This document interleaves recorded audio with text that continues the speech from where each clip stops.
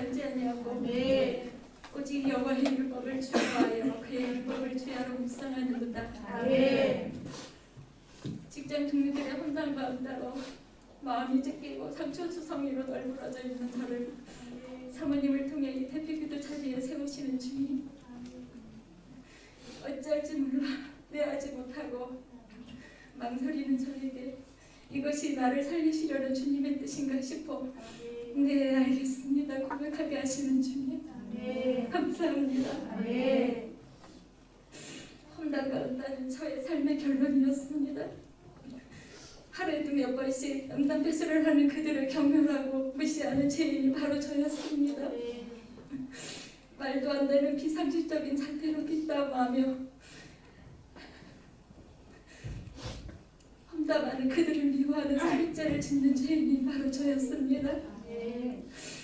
두세 사람만 모여도 수근수근하는 그들이 싫어 함께 어울리는 것을 거부하는 믿음 없는 자가 저였습니다. 그래도 나는 출근길에 그들의 이름 하나하나 부르며 구원받길 기도하는 의인이라 생각하는 교만한 자였습니다. 바리새인과 서기관들처럼 난 니들과 달라하는 교만함으로 똘똘 뭉쳐있는 저를 주님은 비웃으신다는 말씀을 들어도 마음이 제약으로 무뎌져 반응하지 못하는 영적 시신의 모습이 제 모습이었습니다. 주님, 기도는 영적 호흡이라 하셨는데 기도하지 못하고 숨이 끊긴 상태로 쓰러져 있는 저를 이 자리를 통해 심폐소생시켜 주심에 감사드립니다.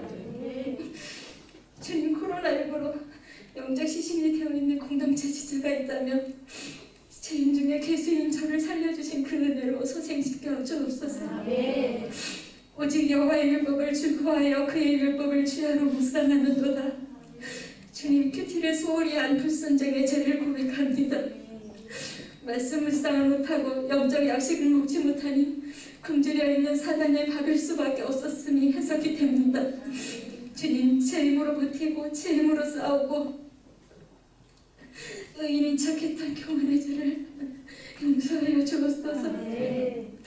올라갈까요? 내려갈까요? 발걸음조차 묻고 물었던 다윗의 신앙이 저와 세계비전 공동체의 신앙이 되길 간절히 기도합니다. 늘 저 같은 죄인을 직분자로 세우시고 노심초사하시는 목사님과 사모님을 한량없는 은혜로 축복하여 주옵소서. 세비총과 세비주를 위해 쓰시는 부목사님과 전도사님을 붙들어 주옵소서. 부모인 저희의 죄악들이 우리 자녀들에게 대물림되지 않기를 간절히 기도합니다. 주님, 우리 세비총 세비주를 살려주옵소서. 그들의 영혼을 살려주옵소서. 주님, 불쌍히 여겨주시옵소서. 우리를 구원하시기 위해 십자가에 죽으시고 3일 만에 부활하심으로 천국 소망을 주신 예수님의 이름으로 기도드립니다. 아멘. 우리 역사를 인사하겠습니다. 부부가 살아야 가정이 삽니다. 부부가 살아야 자녀가 삽니다. 부부가 살아야 교회가 삽니다. 아멘. 데살로니가전서 4장 3절로 5절까지 보겠습니다. 두 번째 단락입니다. 252페이지 시작. 하나님의 뜻은 이것이니 너희의 거룩함이라 곧 음란을 버리고 각각 거룩함과 존귀함으로 자기의 아내 대할 줄을 알고 하나님을 모르는 이방과 같이 세력을 따르지 말고. 아멘. 하나님의 뜻은 이것이니 이것이 뭐겠어요? 거룩입니다. 음란을 버리고 거룩하게 살아라. 이것이 하나님의 뜻이라는 말입니다.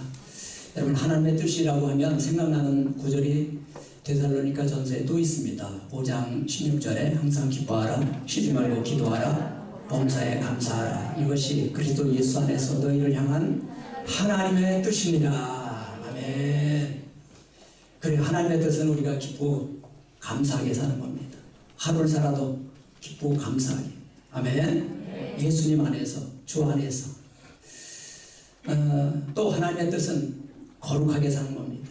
특히 남자분들이 음란을 버리고, 그 당시에 데살로니가 교인들이 예수를 믿었지만 아직도 음란을 끊지 못하고 사는 사람들이 있었던 것 같아요. 그래서 음란을 버리고 거룩하게 사는 것이 하나님의 뜻인 줄 믿습니다. 할렐루야. 그러면서 말씀하시기를 음란을 버리고 거룩함과 존귀함으로 자기 아내를 대할 줄 알고. 부부간에 어떻게 이해를 지키라는 거예요? 거룩함과 존귀함이라는 단어가 나오네요. 거룩함과 존귀함. 부부는 거룩한 관계를 맺어요. 우리 좀 내려봐요. 거룩함과 존귀함. 거룩함과 존귀함으로 결혼합니다. 그럼 좀 내려봐요. 거룩함과 존귀함으로 우리가 하나가 됩니다. 결혼을 해요. 그런데 어떻게 하라고요? 이 거룩함과 존귀함으로 자기 아내를 대할 줄 알고. 자기 아내를 어떻게 해요? 그럼 쳐다보지 말고 저를 쳐다보고 어떻게 하라고요? 대할 줄 알고. 이게 무슨 뜻이에요? 아내를 거룩함과 존귀함으로 대하라는 거예요. 거룩함과 존귀함으로. 물론 아내만 그렇게 대하는 건 아니죠. 부부는 서로서로 거룩함과 존귀함으로 대어야 합니다. 대할 줄 알아야 된다 그 말이에요. 왜냐하면 특히 아내는 어떻게 대해야 돼요? 존귀함으로 소중하게 여겨야 합니다. 왜냐하면 남자분들보다는 질그릇처럼 깨지기 쉬운 그런 연약한 그릇이라고 말씀하셨기 때문입니다. 그리고 이방인들처럼 세상 사람들처럼 색욕을 버리고, 색욕, 이건 성적인 욕망을 말하는 거예요. 색욕을 버리고 자기 아내에게 어떻게 대하라? 거룩하고 존귀하게 대하라. 이것이 오늘 핵심이에요. 제가 이 본문을 보고 부부는 어떻게 살아야 될 것인가를 성경을 통해서 좀 성경 공부를 좀 많이 해야 되겠다라는 생각이 들어요. 그래서 오늘 이 본문을 통해서 부부 생활을 어떻게 해야 되는가 한번 신중적으로 공부해 보도록 하겠습니다. 공부로 끝나지 아니하고 말씀이 성령으로 우리 가슴에 깊이 체험되는 귀한 시간 되기를 간절히 축복합니다. 아멘. 부부가 굉장히 소중합니다, 여러분. 그래서 부부가 누구인지 부부에 대해서 공부를 전혀 안 하고 결혼을 합니다, 사실은. 그죠? 부부 공부를 안 해요. 우리가 운전을 해도 옛날에 저 운전면허 딸 때 청주에서 그냥 학원도 안 다니고 그냥 하다가 몇 번 떨어졌거든요. 공부를 안 하고 그냥 하려니까 이게 잘 안 되는 거예요. 그때는 그 왜 문제집 사다가 예상 문제집 사다가 연습 많이 하잖아요. 그리고 또 실기도 있었어요. 실기 도로 주행도 있었습니다. 요즘은 실기가 없어졌나 봐요. 그래서 이론 있어요? 딴 나라 사회 만나봤는데 이론과 실기가 있어요. 반드시. 그래서 부부도 이론과 실기를 공부해야 됩니다, 여러분. 이론과 실기를 공부해야 돼요. 이론은 아는데 지식은 아는데 정말 베드로 전서에 3장 7절에 베드로가 이런 말을 했다는 것은 굉장히 쇼킹한 거예요. 왜냐하면 그가 다혈질입니다, 여러분. 아내 잘 돌보지 않을 것 같은 그런 다혈질이에요. 그런데 이 사람이 나중에 깨어지고 나서 성령을 받고 뭐라고 베드로전서 3장 7절에 말씀하셨느냐 하면 남편들아 지식을 따라 아내와 동거하라 그랬어요. 지식을 따라. 지식은 뭐예요? 이론이죠. 동거는 뭐예요? 체험입니다, 여러분. 실제예요. 실천하는 거예요. 그래서 이론과 실제에 대해서 우리는 반드시 체험을 하고 부부 생활을 했으면 좋겠다. 그런 생각이 듭니다. 우리나라는 이런 부부 문제에 대해서, 부부 관계에 대해서 책이 나온 게 없습니다, 사실은. 먹고 살기 사실 바쁘다 보니까 이런 거 챙기기가 어렵겠죠. 그리고 우리나라 유교 문화는 부부는 없어요. 부모만 있고 부부가 없어요. 자녀만 있고 부부가 없어요. 그래서 부모에게 효도 잘하면 되는 거예요, 부부는. 그것이 가정의 목적이었습니다. 그게 가부장적인 유교 문화였습니다. 그러나 지금 핵가족 세대가 되면서 부부가 있는데 부부가 너무 싸우는 거예요. 갈등을 일으키는 거예요. 그래서 갈등을 일으키는 부부가 특히 아내들이 자식으로 가는 거예요. 자식은 있는데 또 부부가 없는 거예요. 그래서 이런 문제를 어떻게 해결할까 목회자들의 고민이기도 한데 제가 이 책을 만나면서 임하고 부부관계 치료라는 이 책을 만나면서 이제 해답을 얻었어요. 그 밑에 짧게 이론과 실제라고 보이나요? 부부관계 치료 이론과 실제라고 이렇게 써져 있어요. 이론과 실제라는 게 반은 이론이고요, 반은 그 실제예요. 실천편이에요. 반은 이론편이고 반은 실천편인데, 이 책을 이제 이렇게 요 부부관계, 임하고 부부관계 치료라는 논문을 가지고 우리나라에서 1호 박사학위를 받은 김덕수 목사님이, 부천 가족상담센터를 운영하시는 김덕수 목사님이 이렇게 요약해서 여러분에게 지난주부터 지금 나눠주고 있는데, 이거 혹시 못 받으신 분들 한번 손들어 보실래요? 요 책을 못 받으신 분들은 그 리더한테 한번 물어보시고요. 못 받으신 분들은 저한테 얘기하면 내일 30권 다시 또 나오니까 사모님한테 또 구역장들하고 이렇게 상의하시기 바랍니다. 우리 전 교인들은 11월 첫 주부터 이 부부 관계 치료 이론과 실제라는 거 요거 강의해요. 저녁에 실시간으로 상담하고 강의하는데 꼭 이걸 가지고 있어야 합니다. 이것이 이제 학지사에서 나온 책인데요. 원래는 요 책보다 4년 일찍, 5년 일찍 나온 책이 있습니다. 그 책이 좀 어려워서 호응을 못 얻다가 이 책이 나오면서 이제 많이 보급이 되기 시작했는데, 아직도 우리나라는 이제 상담에 대해서 굉장히 불편을 느끼는 오픈 문화가 아니라서, 미국은 오픈 문화라서 이 90% 이상 치료가 된다고 하는데, 우리나라는 아직도 2004년도에 이 책이 발간됐고 2009년도에 2번씩이나 발간됐습니다. 똑같은 그 번역본이 2번씩이나 발간됐는데 아직도 호응이 없는 상태입니다. 제가 그래서 한국 사람의 정서에 맞게 좀 가르쳐 볼까 하고 지금 시험 방송 중에 있습니다. 여러분. 아직 이제 음향이나 이렇게 모니터가 한 개밖에 없으니까 실시간 채팅할 때 휴대폰에 있는 글씨를 보고 이렇게 하려니까 안 되겠더라고요. 그래서 모니터 하나 더 구입하고 음향기기를 좀 이렇게, 음향도 한 3만 원짜리 마이크 가지고 하려니까 너무 작아가지고 안 되겠어요. 그래서 한 10만 원짜리는 구입해야 될 것 같아요.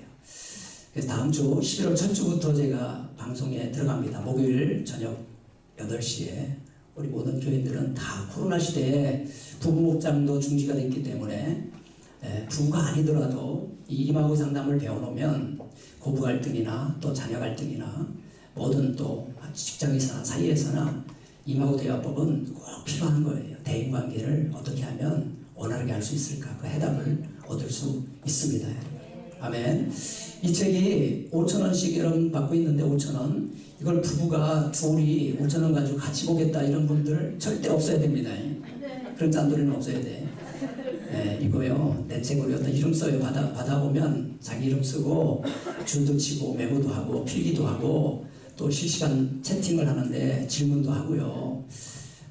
그래서 부부끼리 방송이 끝나면은 서로 이제 모르는 거 물어보기도 하고 또 그 주제에 대해서 토론도 하고 이렇게 해야 좋아집니다. 여러분, 지식으로만 남아있으면은 이렇게 삶이 변화되기가 쉽지 않습니다. 그러니까 이제 이 방송 끝나면 서로 이제 예를 들어서 여보, 부자 되라는 말이 무슨 얘기야? 이 부자 되라는 말이 이제 나와요. 부자 되라고, 부자 되세요 그런 말이 아니고 부자 되라는 말이 있어요. 부자 돼. 이게 이제 심리학 이론인데 부자 되라는 말이 있어요. 이게 이제 자기가 의도하지 않아도 옛날로 돌아가려고 하는 회귀 본능 현상을 말하는 거예요. 어린 시절에 내가 부모로부터 상처를 받고 자랐으면 그 문제를 해결하려고 자꾸 옛날로 돌아가라는 거예요. 이것이 에베소서 4장 22절에 제가 성경 구절을 찾았어요. 임하고 상담이 목사님이 만든 책이기 때문에 성경 구절을 굉장히 많이 인용했다고 봐요. 제가 볼 때. 에베소 4장 22절 뭐라 그래요? 너희는 구습을 쫓는 옛사람의, 썩어져가는 옛사람의 습관을 버리라고 했잖아요. 구습을 쫓아 썩어져가는 옛사람의 습관을 버리라고 했잖아요. 그러니까 우리는 그걸 아무리 버리려고 노력을 해도 무의식적으로 자꾸 그쪽으로 끌려가요. 그 욕구불만을 채우기 위해서. 이게 부자된 현상이라는 거예요. 그래서 그런 것들도 이제 새로운 용어 나오면 서로 이렇게 물어보고 이렇게 하면서 좀 토론도 해나갔으면 좋겠다는 생각이 듭니다. 요즘에 나훈아 씨가 굉장히 인기가 높아지고 있습니다. 어떤 사람은 그 사람 보고 대통령 되라고 하는데 그건 아니지만 백종원 씨 보고 또 대통령 되라고, 그것도 아니잖아요. 사람이 없으면 아무리 없어도 그렇게 하면 되겠어요, 여러분. 이분이 제가 보니까 태수형을 불러가지고 굉장히 인기가 높은데 이 소크라테스를 주제로 해서 원래는 아버지가 주제였다는데 산소 앞에 가서 지었다는데 이 테스형을 걷다가 넣어가지고 아버지 대신 테스형을 넣어가지고 불러가지고 세상이 왜 이래? 테스형 세상이 왜 이래? 우리 가정으로 끌고 들어오면 테스형 부부가 왜 이래? 부부가 왜 이리 힘들어? 이렇게 말할 수 있습니다, 여러분. 소크라테스가 명언을 남겼어요. 너 자신을 알라. 그런데 우리가 왜 모르는 거예요? 무의식에 갇혔기 때문에 모르는 겁니다. 그래서 10주간에 걸쳐서 모든 우리 세계비전교회 교인들이 다 무의식에서 의식으로 전환되기를 축복합니다. 무의식에서 의식으로 전환되는 것이 치유입니다. 그럼 제정신이 드는 거예요. 그럼 무의식 속에서는 갇혀있기 때문에 제정신이 아니에요. 무의식 중에서는 제정신이 아닙니다. 그래서 사고 치는 것입니다. 그래서 다 전환되면 부부관계도 굉장히 좋아져요. 왜냐하면 상대방의 아픔을 공감할 수 있어요. 의식으로 전환되면. 그래서 이번에 다들 좀 공부를 열심히 해서 부부관계도 좋아지고 자녀과의 관계도 좋아졌으면 좋겠습니다. 본문에 보면 하나님의 뜻은 거룩하게 사는 것이라고 했습니다. 하나님의 뜻은 우리가 성공하는 것만이 아니고 물론 잘 되어야 되겠지만 그보다 더 중요한 것은 뭐라고요? 깨끗하게 사는 것, 거룩하게 사는 것. 이것이 하나님의 뜻이라는 것입니다. 그래서 한번 질문 한번 제가 만들어 볼게요. 왜 하나님은 음란을 버리고 거룩하게 살으라고 하셨을까? 이 시대에 여러분 얼마나 세상이 지금 아까 누가 권사님이 나오셔서 기도했잖아요. 그 세상에서는 항상 다 그 음란펫을 비일비재하게 합니다, 여러분. 그죠? 직장이나 뭐 모임이나 하는 얘기가 그런 얘기밖에 더 하겠어요, 여러분. 그래 우리 유 권사님이 천연기념물이라 그런 거 처음 듣는 거라 이제 적응이 안 되는 것 같아요. 연못 속이 얼마나 지저분해요. 아름다운 꽃을 피우듯이 우리가 세상 속에 뭐라고 그랬어요? 빛이 되고 어둠 속에 빛이 되고 어둠 속에서 세상 속에서 소금이 되라고 했어요. 그런 거 저런 거 다 싫으면요 어디로 가야 돼? 절로 가야 돼. 우리는 스님들이 아니에요. 기독교는 세상 속에서 정화시키는 작업을 해야 될 일꾼들이 바로 저와 여러분들입니다. 할렐루야. 아멘. 음란죄가 얼마나 심각한지 제가 고린도전서 6장 9절을 찾아봤는데요. 한번 비춰볼까요? 이 음란죄는 음란을 꼭 왜 하필이면 그 많은 죄 중에서 음란을 버리라고 했을까? 고린도전서 6장 9절 한번 읽어봅니다. 시작. 불의한 자.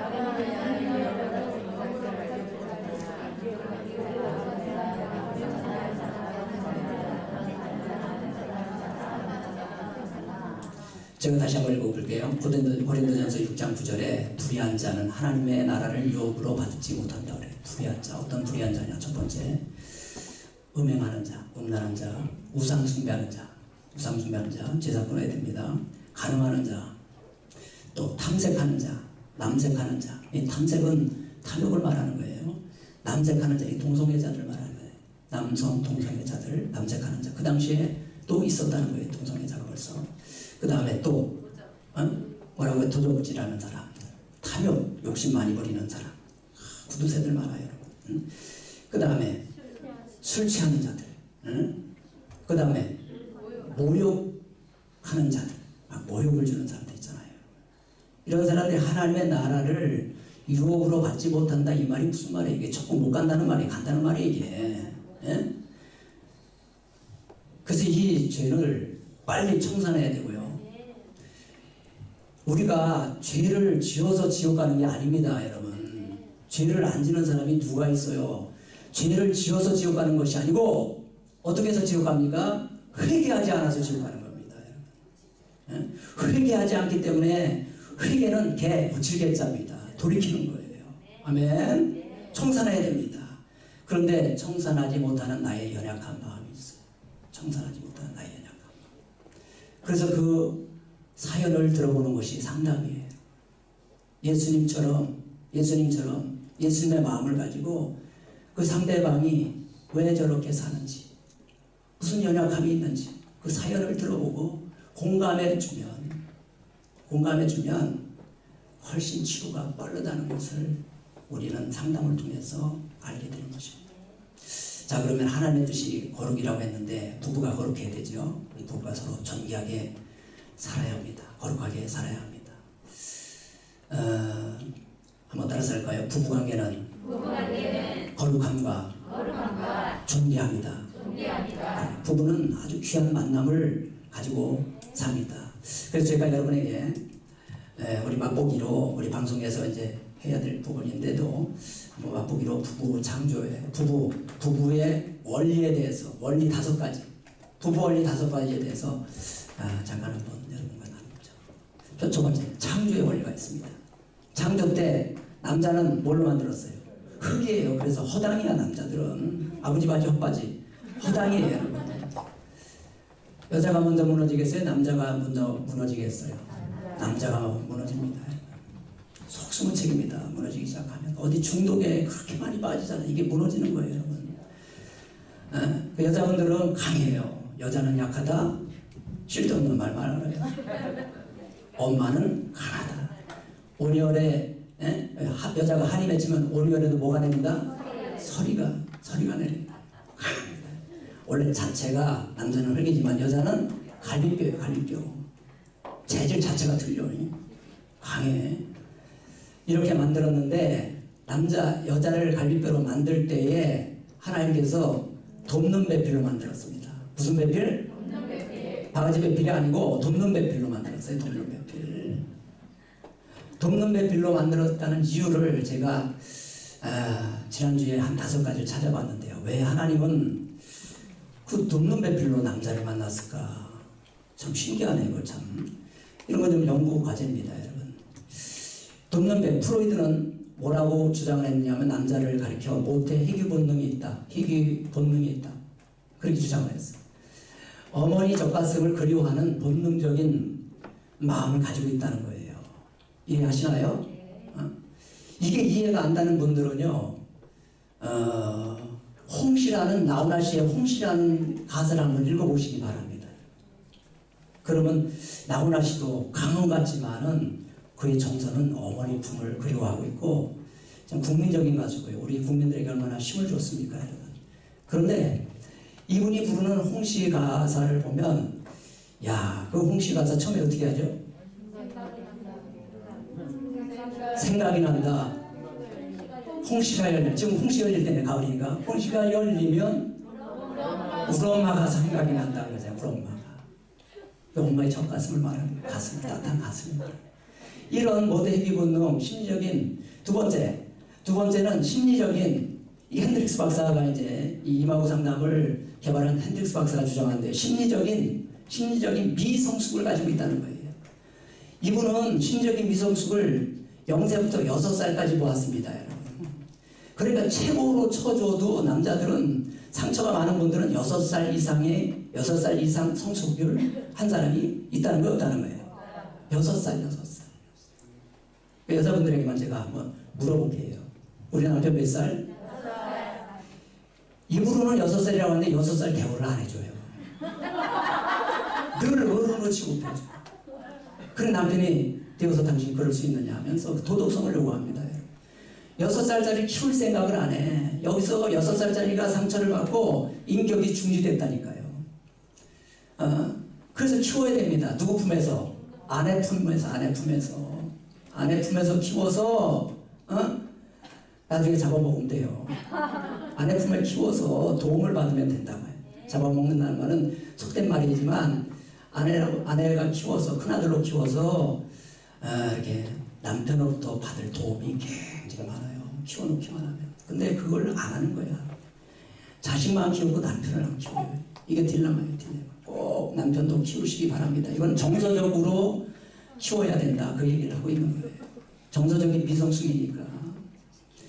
자, 그 다음에 세 번째는 3살 버릇 몇 살까지 산대요? 80살까지 간다고 그랬어요. 3살 버릇. 이 3살 버릇이 상처가 많은 거예요? 적은 거예요? 상처가 많은 거예요? 아니면은 뭐 좋은 부모 만나서 좋은 습관을 들인 게 80까지 간다는 거예요, 이게. 대부분 나쁜 습관이에요. 상처받아 나쁜 습관이 80까지 간다는 것 아니겠어요? 그러니까, 이 남자들이 상처가 많아서 이걸 정서적으로 품어주지 못하면 품는 것이 반영, 인정, 공감이잖아요. 그렇게 품어주지 못하면 80이 가도 철이 안 난다는 거예요. 그래서 마지막에 네 번째 뭐래요? 철들자 노망. 철들면 남자는 노망 죽는다 그 말이에요, 여러분. 그러니까 남자를 키울 거예요, 안 키울 거예요? 남편을 키워야 합니다. 아멘. 키워야 합니다. 아멘. 추워도 안 하려고 이걸 딱 물리고 있는 사람이 있어요. 그래서 이런 심리적인 미성숙을 가지고 있기 때문에 특히 남편들에게 하나님은 돕는 배필로 아내를 만들었고, 이제부터는 반드시 이런 어린 시절의 상처가 있는 남편들을 어떻게 생각해야 되냐면, 반드시 어린 시절 부모로부터 받은 상처는 부부 사이에서 반드시 갈등으로 일어난다는 거예요. 그것이 이제 핸드릭스 박사가 가설을 세운 거예요. 어린 시절의 부모와의 갈등은 결혼해서 반드시 부부와의 갈등으로 나타난다. 그래서 이 문제를 해결하려고 8년 동안 천상을 연구한 것이 이마구 상담입니다, 여러분. 그래서 해답을 냈는데 그 해답이 뭐예요? 부부는 도덕적인 관계가 아니고, 여러분 지금 어제도 싸운 분들 한번 발 살짝 한번 드셔봐요. 그게 도덕적인 옳고 그름의 싸움이었지요. 그렇죠. 당신 왜 그러냐? 도덕적인 싸움이었습니다. 그러나 그거 가지고는 절대로 남자들은 이 미성숙한 인격이 자라지 않는다는 거예요. 예전이나 오늘이나 그대로 있다는 거예요. 성숙이 안 된다는 거예요. 인정, 격려, 칭찬, 반영, 인정, 공감을 받아야 인격이 성숙되는데 안 자란다는 거예요. 안 자란다는 거예요. 그래서 정서적인 공감만이 성숙을 가져온다는 말씀입니다. 그래서 두 가지 치료를 합니다. 첫 번째는 부모와의 관계를 풀어주고, 부모가 상처받았으니까 부모와의 관계를 풀어주고, 그 다음에 부부 관계를 풀어주고, 이 두 가지 치료를 하면 굉장히 좋아진다는 거예요. 우리 조은정 집사님이 사모님한테 무슨 카톡을 했잖아. 오늘 조은 집사님 오셨나요? 안 오셨네. 조은 집사님이 산모를 돌보고 있는데 신혼부부들이 요즘에 그렇게 많이 싸운대요. 애 낳고 금방 싸운대. 보통 평균 14개월, 콩깍지 호르몬이 14개월은 가는데 그 길게는 한 3년까지 가는데, 요즘에는 애 낳으면 그냥 바로 싸운다는 거 어떻게 한다. 그래서 임하고 대화법을 가르쳐 줬대요. 그랬어요? 그랬구나. 그래서 그럴 수도 있지. 당신 입장에서는 그럴 수도 있지. 괜찮아. 이 대화법을 가르쳤더니 그렇게 좋아하더래요, 여러분. 이게 잘 안 되지만 하기만 하면 그 말을 듣는 상대편 배우자는요, 눈을 동그랗게 쳐다보고 이렇게 그 말이 무슨 말인가, 왜 공감해주는 말이니까, 맨날 옳고 그름만 따지던 말을 하다가 공감해주는 말이니까 굉장히 기분이 좋다고 합니다. 이마구 상담은 여러분 잘 익혀서 이 시대에 공감의 사람이 돼야 돼요. 예수님이 공감을 잘하셨잖아요. 그래서 탁월한 상담사라는 것은 공감력이 뛰어난 사람을 말하는 거예요. 예수의 마음이라는 것은 모든 것을 품어주는 사람을 말하는 거예요. 여러분 직장에서도 사회생활할 때 공감을 많이 해주시기 바랍니다. 그러면 예수님처럼 탁월한 상담사가 될 줄 믿습니다. 그래야 영혼을 구원할 수가 있어요. 공감해주지 않는데 어떻게 영혼을 구원할 수 있겠습니까? 자, 한번 진도 나갈까요? 또 이제 부부의 원리를 이렇게 한번 살펴보았는데요. 이런 비밀을 알지 못하면 어떻게 될까요? 이제 어린 시절 부모로부터 받은 상처를 치유받지 못하고 그대로 방치시키면 이 상처가 뭐가 되냐면요. 정리를 합니다. 상처가 결핍이 생깁니다. 결핍은 욕구 불만을 말하는 거예요. 욕구 불만. 이 욕구 불만을 채우기 위해서 어떤 대상을 찾는 거예요. 대상을 찾아 헤맵니다. 대상을 찾아 헤맵니다. 그래 이 대상을 찾아 헤매는데 이 결핍을 채우기 위해서 수많은 대상을 찾아요. 어떤 사람은 일로 욕구 불만을 채우는 사람이 있어요. 어떤 사람은 술로 채우는 사람이 있어요. 도박으로 채우는 사람이 있어요. 게임으로 채우는 사람이 있어요. 또 낚시로 채우는 사람이 있어요. 운동으로 채우는 사람이 있어요. 또 얘도 음란으로 이거 가면 안 되는데 여기까지 가는 사람이 있습니다. 이게 취약점이니까 이 사람이 이쪽으로 뚫리는 거예요, 사실은. 자기 약점대로 성향대로 뚫리는 겁니다. 이게 이 사람은 애동날까지 이렇게 가는 거예요. 치명적인 상처잖아요. 아내 입장에서는. 그래 이런 것도 우리는 부부의 원리를 보고 밝히 깨닫고 당황하지 말아야 합니다, 여러분. 당황하지 말고 이 상태에서 우리가 어떻게 처신해야 될 것인가. 우리 기독교인들은 이 부부 갈등의 원리를 잘 알고 대처를 잘 해야 됩니다. 우리는 어떻게 이 음란에서 빠져나와야 합니까? 이 결핍을 가지고 음란까지 갔다면 이제 데살로니가 교인들이 거기에 빠진 사람이 많았던 것 같아요. 데살로니가전서 5장 6절에 이제 5장이 마지막 장인데요. 이렇게 쓰여 있습니다. 5장 6절 한번 비춰볼까요? 우리는 다른 이들과 같이 자지 말고 그 다음에 오직 깨어 정신을 차릴지라. 자지 말고 이게 육체적인 잠도 그렇겠지만 여기서 영적인 잠이라고 해석을 하면 잠은 뭐예요? 잠은 무의식 상태를 말하는 거예요. 깨어 기도하라는 말은 깨어서 그건 제정신이죠? 의식 상태를 말하는 거예요. 그러니까 잠들어 있으면 무의식 상태에 있으면 사물을 분간하지 못하고 시기를 분간하지 못하고 합리적인 결정을 하지 못합니다. 무의식 상태에 있으면 합리적인 결정을 못한다. 시작. 무의식 상태에 있으면 합리적인 결정을 못합니다. 합리적인 결정을 못해요. 그래서 나중에 후회하잖아요. 내가 그때 왜 이렇게 미쳤지, 그런 짓을 했는지 몰라, 이렇게 후회하잖아요. 그때 무의식 상태에서 그 무의식은 결핍에서 상처에서 생긴 거예요. 그래서 그 욕구 불만을 채우려고 무의식적으로 자기 몸이 그쪽으로 움직인 거예요. 그 무의식은 도덕으로 움직이지 않습니다. 무의식은 도덕적으로 움직이지 않고 반드시 심리적으로 움직여요. 결핍이 있기 때문에. 그래서 우리가 정신을 차리라는 거예요. 데살로니가전서 5장 6절에 어떻게 알아? 다른들과 같이 잠자지 말고 오직 깨어 정신을 차릴지라. 할렐루야. 크게 한번 합시다. 정신을 차리자. 깨어 정신을 차리자. 아멘. 이 정신을 차리라는 말은요, 베드로전서 4장 7절. 베드로 제자가, 베드로 수제자가 이 말을 하는 건 합당해요. 내가 볼 때는. 왜? 이 사람 정신 못 차리고 살았어요. 그죠? 정신 못 차리고 살았어. 그런데 마지막이 가까웠으니 베드로 사도가 어떻게 고백하는지 보세요. 마지막이 가까웠으니 너희는 정신을 차리고 깨어 기도하라. 정신을 차리고 깨어 기도하라. 제가 지난주 월요일날 건강검진을 했는데요. 정말 무의식의 세계가 어떤지 수요일날 내가 간증했는데 또 간증해야 되겠어요. 많이 오셨으니까 이제 일주일날. 정말 무의식에 갇혀버리면요, 제정신이 아니더라고요. 제 건강검진 시기가 돼서 사모님하고 이제 김 목사님이 한국건강검진센터 거기 나라에서 운영하는데 거기 좋다고 그래서 거기 한번 갔어요. 맨날 이 동네에서 하다가. 근데 사람이 얼마나 많은지 몰라요. 바글바글바글해요. 그냥 사람이 그때 독감 주사까지 겹쳐가지고 그렇게 사람들이 많았던 것 같아요. 그러니까 그 사진을 찍어서 좀 문재인 대통령하고 정세균 총리한테 보내주고 싶더라고요. 거긴 그렇게 많은데 교회는 이렇게 계속 단속을 하느냐. 지하철은 하루에 700만 명이 탄다는데 꽉 붙어서. 그래도 아무튼 그 얘기가 아니고 중요한 게 뭐냐면 그 생각이 내가 무의식 중에 들었다는 얘기야, 그게.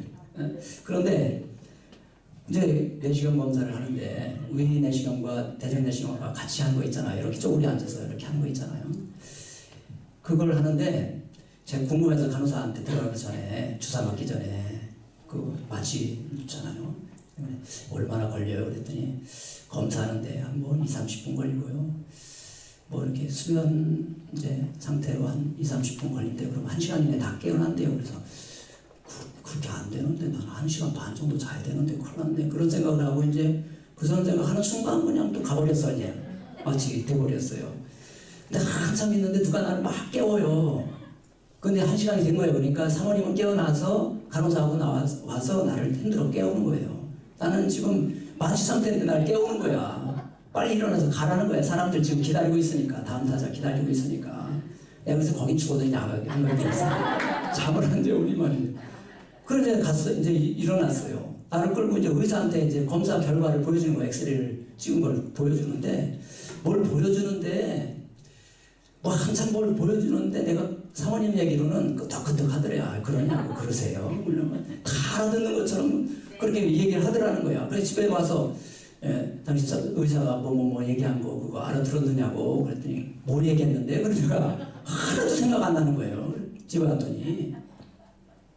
그래가지고 위험이 약간 있다고 그래서 그 약을 처방해 줬대요. 근데 약국에서 자기가 약국 들어가고 나는 약국 바깥에서 이렇게 서 있었대요. 기다리고 있는데 그 생각 안 나는다고. 전혀 생각 안 나는 거야. 어쩐지 계단 오르고 내려가는데 몸이 휘청휘청 이렇게 돼요. 그냥 아버지 마취가 안 깨가지고. 그래도 내가 또 차를 끌고 간다고 운전석에 이렇게 앉으려고 하대요. 그러니까 나를 이렇게 끌어냈대. 그거 기억나냐니까 아니야, 전혀 기억 안 나는 거야.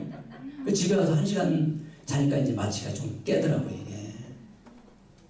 이게 마취 상태에서는 뭐 헛소리 뭐 많이 나오겠던데 보니까요.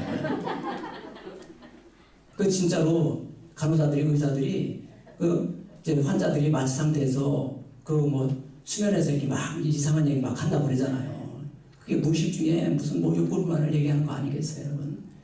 그 상태에서 영자씨, 미자씨, 미숙씨, 불렀다가 난리 나는 거예요. 사람이요, 제정신이 아닌 경우가 인생을 살아가면서 2번 있습니다. 첫 번째는요, 연애 시절에 아무리 말려도 이게 제정신이 아니에요. 콩깍지 호르몬, 페닐 에틸아민이라는 콩깍지 호르몬이 나와서 모든 것이 다 좋아 보여요, 그 상태에서. 그래서요, 세상에 아버지한테 이제 남자분들이 상처를 크게 매맞고 자랐어. 아내가 아버지한테 매맞고 자랐어. 예를 들어서. 그러면 아버지 같은 사람 만나면 돼야 안 돼요? 안 되겠지요. 또 상처 크잖아요, 여러분. 그런데 살다 보니까 아버지하고 똑같은 사람을 만났다는 사람이 한두 명이 아니야. 우리 교인들도 많을걸요? 발가락 한번 들어봐요. 많아요, 많아. 그 사람을 만나지 말아야 되는데 결심을 하고 내가 절대로 아버지 같은 사람하고 결혼하지 않겠다. 이 결심했는데도 나중에 살다 보니까요. 그분이요, 그 아버지 같은 사람하고 똑같이 그분을 만난 거야. 왜 그런가 했더니, 왜 그래, 이게? 콩깍지 호르몬 때문에 그래. 세상에. 콩깍지 호르몬 때문에, 저쪽에서도 또 콩깍지 호르몬 때문에 정의점만 이렇게 보려고 노력을 하겠죠. 좀 쇼를 하겠지. 가식적으로. 그래서 만나는 경우가. 그런데 이마구 상담에서는 그럴지라도 치유를 위해서 하나님께서 이마구 짝으로 만나게 해주셨기 때문에 반영, 인정, 공감 대화를 하면 다 끝난다는 거예요. 할렐루야. 아멘. 그리고 2번째는요. 첫 번째는 연애 시절에 콩깍지 호르몬 나올 때 이때요. 제정신이 아니고 2번째는 결핍 상태일 때. 심한 사람을 말하는 거예요. 결핍이 심한 사람, 상처가 심한 사람들은 여러분 제정신이 아닙니다. 제가 아는 박지만 씨라고 있어요. 박정희 대통령의 아들을 말하는 거예요. 박근혜 대통령 동생 박지만 씨가 있어요. 여러분 아세요? 모르는 간첩이야. 이분이 한때 방황했습니다. 왜? 20살 때 다 두 분 다 총탄에 쓰러졌잖아요. 그런 충격, 트라우마, 예상 트라우마를 당했는데 제정신이겠어요, 여러분. 그 충격 때문에 이분이 방황했습니다.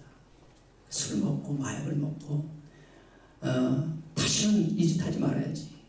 끊어야지. 아무리 노력해도 끊을 수가 없는 거예요. 무의식 중에 그 결핍을 채우려고 그쪽으로 쏠리는 거지요. 아무래도 이분을 전도한 사람이 있어요. 예수님 믿으라고 이분을 교회에 들고 갔습니다.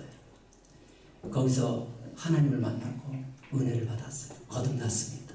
그리고 거기서 아리따운 처녀를 만났어요. 그리고 결혼했어요. 자녀를 낳았어요. 그래서 행복하게 살고 있습니다. 다시 일어났습니다, 여러분.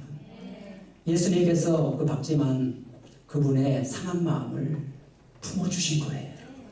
할렐루야. 아멘. 저는 여러분들이 모든 무식의 가면을 10주 동안 부부상담 공부를 하면서 다 풀어지길 바랍니다. 다 풀어내기를 바랍니다. 부부끼리 풀어내는 것이 참 이상적입니다. 그래서 이마골 짝으로 연애 시절에 저 사람이 내 결핍을 채워줄 것이라는 착각 속에서 끌어당겼기 때문에 부부끼리 그 문제를 해결하는 것이 하나님의 뜻이라는 것입니다. 아멘. 그래서 임하고 상담에는 치료가 있습니다. 제가 놀랍게도 양준에서 연구원 과정에서 한 학기 가르쳐 보니까 치료가 있어요. 치료. 상담으로 끝나면 수박 벌타기식이 돼요. 그러나 치료가 있어요. 치료는 힐링을 말하는 거예요. 치료는 힐링을 말하는 거예요. 예수님이 이 땅에 구원자로 치료자로 오셨습니다. 그리고 상담자로 오셨습니다. 예수님의 세 가지 속성이 구원자, 치료자, 상담자예요. 그런데 치료는 힐링이라고 합니다. 힐링. 그런데 상담으로만 끝나면 상담은 카운셀링으로 끝나는 상담으로 끝나는 거예요. 답이 없어 상담은 그냥 그 마음을 들어주고 공감해주고 풀어주는 것이지 치료가 안 되는 것은 상담입니다. 그래서 우리는 치료를 받아야 돼요. 치료를 받아야 돼요. 아멘. 치료를 받아야 돼요. 그런데 이 치료는 반드시 상담을 통해서 인식을 내가 이걸 치료받아야 되겠다는 치료받아야 될 진리라는 인식을 머리에서 해야 가능합니다. 이걸 모르는 분들이 있어요. 자기 인식이 안 되는 사람이 있어요. 내가 누구라는 것을 몰라. 그래서 소크라테스가 오죽하면 너 자신을 알라 그러겠어요. 이게 무의식에 가졌기 때문에 모르기 때문에 상담을 통해서 이제 깨우쳐 주는 겁니다. 깨우쳐서 아하 내가 죄인이구나. 내가 잘못했구나. 내가 회개하고 사과해야 되겠구나. 이렇게 깨달아진 사람들에게 치유가 먹혀 들어간다. 그 얘기. 할렐루야. 이런 치유 역사, 회복의 역사가 이번 10주간을 통해서 이루어지기를 간절히 기대하겠습니다. 제가. 할렐루야. 여러분도 기대하시고 준비하시고 목요일 저녁 8시만 되면은 실시간 상담, 아부 상담 열어놓고 미리 어떤 분들은 30분 전부터 기도하면서 사모하면서 이렇게 하는 분들도 못 들어봤습니다. 제가. 그렇게 하시는 특히 부부가 같이 좀 이 프로에 참여했으면 좋겠어요. 부부가 같이 치료받아야지 안 됩니다. 그래서 우리 임전 집사님도 남편에게 책을 한권 사다 주길 바랍니다. 혼자만 보지 말고 같이 당사자와 같이 치료를 해야지 혼자 치료받아야 뭐예요? 당사자하고 또 부딪히는데 반드시 당사자. 그리고 부부 목장에 참여하는 분들은 100% 참여해야 되고 출석 체크를 어떻게 해야 되느냐 하면 오픈이 이제 우리나라 사람들이 잘 안 돼요. 질문도 잘 안 되고. 근데 잘하는 사람도 많아요. 거기서 자기들끼리 인사도 나누고 자기네들끼리 또 이렇게 처방도 해주고 재미있게 하는 분들 많이 있더라고요. 우리 김 박사님은 지난주에 시험 방송하는데 자기는 집에서 사순이니 어떻게 해야 합니까? 이렇게 사순이. 1순위가 누구라고요? 조우경 1순위, 2순위가 해오리, 3순위가 휴대폰, 4순위가 김영학 이렇대요. 나는 어떻게 살아야 합니까? 이렇게 들었더라고요. 그러니까 박미선 여사님이 그 주말봉으로 오랫동안 그렇게 살아서 그런가 봐요. 또 그렇게 달더라고요. 그러니까 서로 이렇게 가벼운 것은 절대 애도 없는 오픈하면 안 돼, 거기서니. 되게 차보다 가둬놓은 거예요. 그런 사람들 오픈하는 사람이 있어요. 그걸 하나님하고 단독으로 오픈하고 애도 없는 외에는 다 오픈해도 이제 우리 교회는 거의 불편함이 없습니다. 다 거기서 고기예요. 도토리 키재기야. 그 문제가 이 문제예요. 그러니까 그런 것들 좀 이렇게 오픈해서 서로 코로나 시대에 위로받고 격려받고 치유받고 회복되는 여러분과 저가 되시길 간절히 축복합니다. 아멘. 하나님 아버지, 저희들이 그동안 부부상담 공부를 안 해서 이렇게 힘들게 살아왔음을 고백합니다. 또 내 결핍을 채우지 못해서 세상적으로 방황했습니다. 10주간의 부부상담 공부를 통해서 창조의 원리, 만남의 원리, 결혼의 원리, 갈등의 원리, 치유 원리가 밝히 성령께서 깨닫게 하시고 변화받고 도전받아서 임하고 제자가 되게 하여 주시옵소서.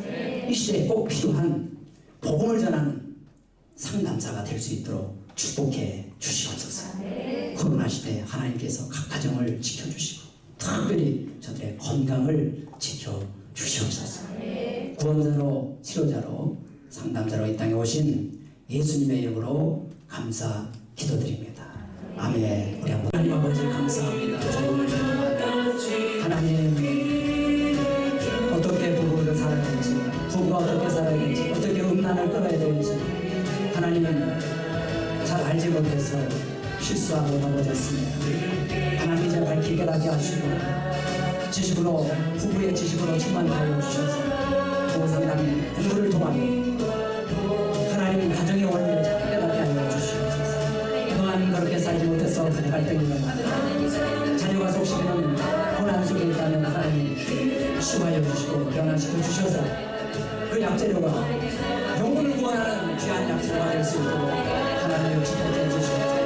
현재의 고난이 보석이 되고 영혼을 구원하는 약재료가 되게 하여 주시옵소서.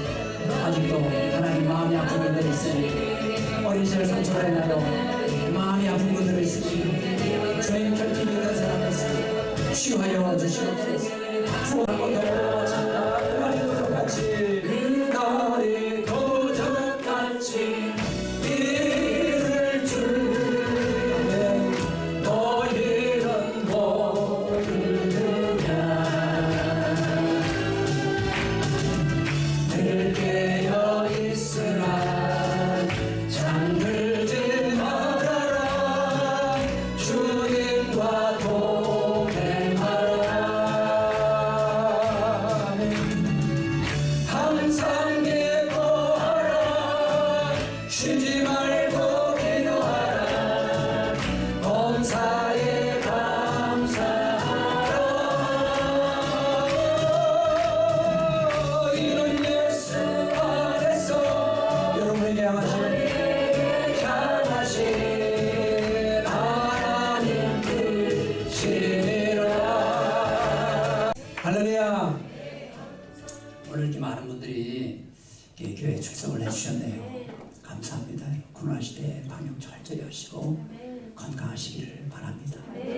특히 어려움 당한 분들, 고난 당한 분들, 질병으로 또 금전적으로 여러 가지 사유로 힘든 분들 위로하고 격려합니다. 그러나 가정이 하나 되면, 부부가 하나 되면 뭐든지 이길 수 있다고 봐요. 가정이 중요하고 돈보다도 가정이 중요하고 세상 출세보다도 부부가 중요합니다. 이번 부부 상담 공부를 통해서 치유되고 회복되기를 바랍니다. 기도하겠습니다. 하나님, 이 세상에 가장 중요한 것이 무엇인가요? 하나님, 그동안 1순위가 무엇인지를 모르고 살았습니다. 하나님 아버지, 이제 하나님 뜻대로 살게 하여 주시옵소서. 가정의 소중함을 여기고 부부가 거룩함과 존귀함이 회복되게 하여 주시옵소서. 자녀가 거룩함과 존귀함이 회복되게 하여 주시옵소서. 지금은 우리 구주 예수 그리스도의 은혜와 하나님 아버지의 극진하신 사랑과 성령님의 내주교통 충만하신 은혜가 오늘 말씀을 뜨겁게 가슴에 담고 돌아가는 모든 가정사업 직장 위에 그리고 사랑스러운 다음 세대에 지금부터 영원토록 함께하기를 간절히 축원하옵나이다. 아멘.